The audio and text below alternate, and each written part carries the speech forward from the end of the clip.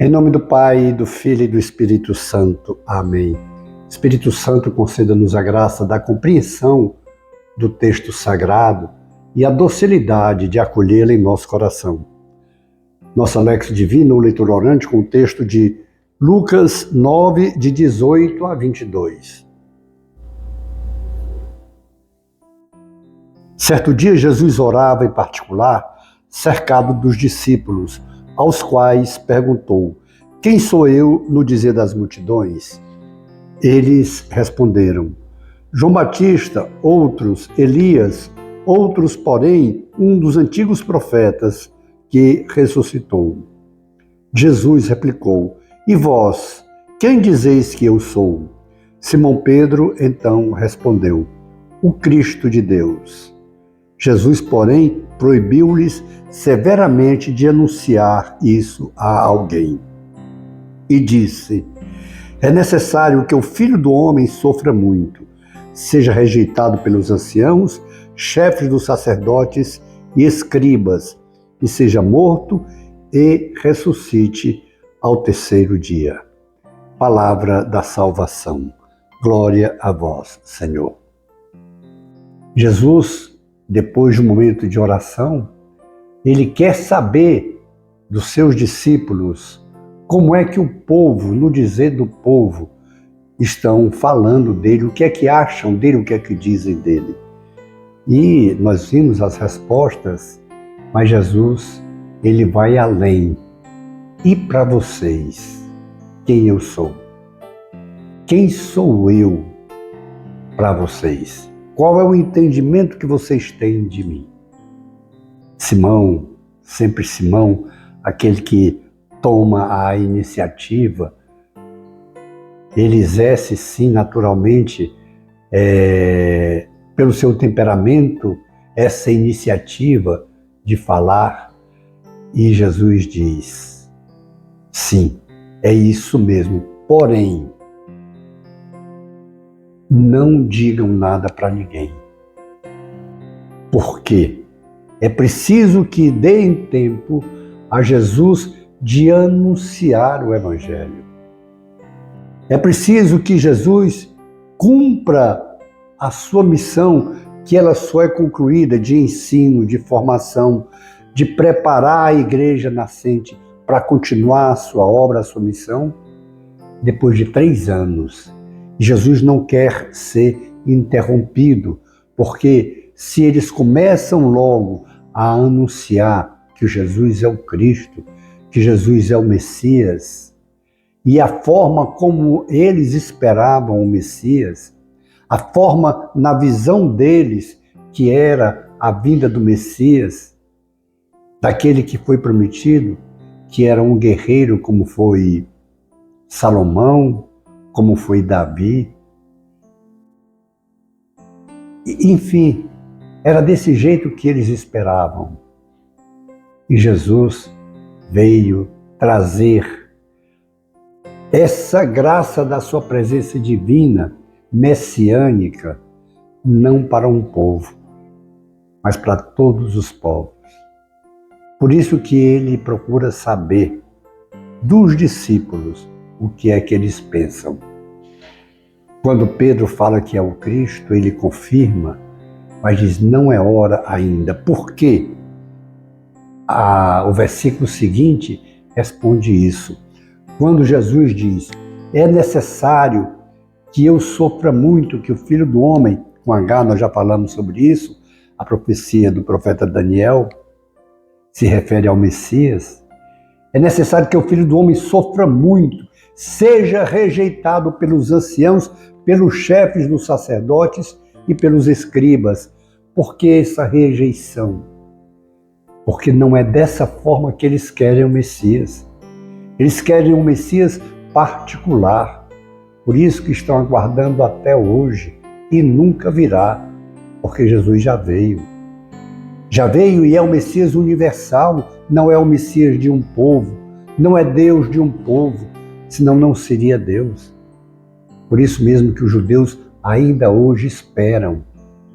Há 2000 anos da vinda do Salvador, do Messias, ainda estão aguardando e nunca virá. porque só há um Salvador, só há um Redentor da humanidade, Jesus Cristo. Ele já veio. E quando ele diz é necessário que ele, o Cristo, não seja aceito, já preparando os discípulos, porque o anúncio do Evangelho vai sofrer muitas restrições. O anúncio do Evangelho vai sofrer perseguições. Será cruz e até morte. Quando Jesus diz que essa rejeição deles não será simplesmente não aceitar, Jesus vai além, vai no seu julgamento iníquo, vai a flagelação terrível, vai a crucifixão, a morte, mas vem a ressurreição. Quando eles pensam que venceram Jesus, Jesus vence a morte. O que é lamentável é que aquele povo para quem Jesus veio em primeiro lugar não o aceitou. Não aceitou Jesus, não aceitou o Messias, porque eles idealizavam, como continuam idealizando, o seu Messias. Serve para nós hoje. Nós não podemos idealizar como deve ser a vida de Jesus Cristo, como deve ser o seu Evangelho. Não é aquele que a gente idealiza. Nós temos um Evangelho real anunciado por Jesus Cristo e que muitas vezes vai nos contrariar. É esse sofrimento que nós teremos. São essas renúncias que nós temos que fazer. Renúncias dos nossos pensamentos, das nossas ideias, dos nossos projetos e das nossas idealizações de como deveria ser Jesus. Quem somos nós para definirmos como deve ser Jesus? E muitas vezes nós nos colocamos na posição daqueles doutores da lei, daqueles fariseus, quando não aceitamos Jesus, quando queríamos ter um Jesus diferente, que pensasse como a gente pensa, que tivesse as nossas ideias. E o grande convite do Senhor hoje é justamente esse: abrirmos mão de pensamentos errados sobre Jesus. Essa mesma pergunta que Jesus fez aos seus discípulos, ele faz a você e a mim agora. Quem sou eu para você? E qual é a resposta que nós vamos dar? O que é que vamos dizer que Jesus é? Não temos outra resposta senão dizer: Tu és o Messias, Tu és o Cristo, e eu me rendo ao Teu senhorio. Eu abro mão das minhas ideias, dos meus pensamentos e dos meus conceitos que eu até hoje formei sobre como você deveria ser, Jesus. Porque quem sou eu para pensar que posso mudar a sua maneira de ser, sua maneira de agir? Quem sou eu, quem somos nós? Precisamos fazer como fizeram os discípulos, como Pedro, em nome dos discípulos. Tu és o Cristo, Tu és o nosso Salvador.